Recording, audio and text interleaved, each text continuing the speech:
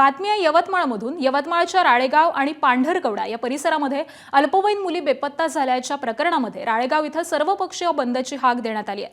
भाजपचे जिल्हाध्यक्ष प्रफुल्ल चव्हाण आणि विश्व हिंदू परिषद, बजरंग दल, सर्वपक्षीय त्याबरोबरच सामाजिक संघटनांच्या वतीने रविवारी पोलीस स्टेशनवरती धडक मोर्चा देत आरोपींना अटक करण्याची मागणी केलेली होती।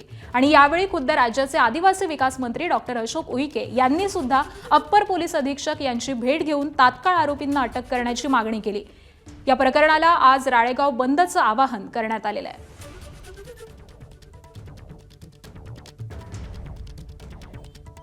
तर सर्वपक्षीयांकडूनच राळेगाव बंदचं हे आवाहन करण्यात आलेलं आहे।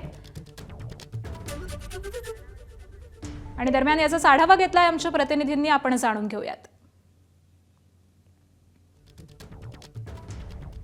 यवतमाळच्या राळेगाव, कळंब, केळापूर या तालुक्यातील हिंदू मुलींची परराज्यात विक्री केल्याचा दावा भाजपचे जिल्हाध्यक्ष प्रफुल्ल चव्हाण यांनी केल्यानंतर आज राळेगावमध्ये राळेगाव बंदची हाक हिंदुत्ववादी संघटनांनी पुकारली आहे। यामध्ये जर पाहिलं तर विश्व हिंदू परिषद, दुर्गा वाहिनी, बजरंग दल या सर्व हिंदुत्ववादी संघटना आज एकत्र आल्या आहे आणि राळेगाव बंदची हाक पुकारण्यात आली आहे।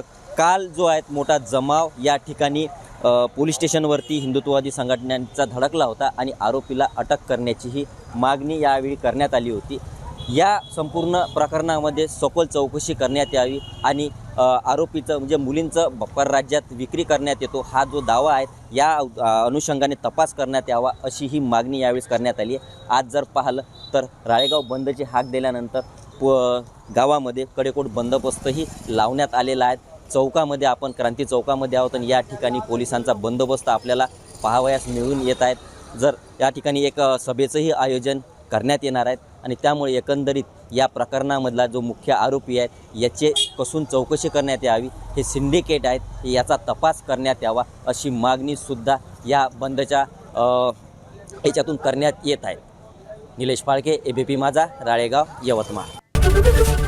एबीपी माझा, उघडा डोळे बघा नीट।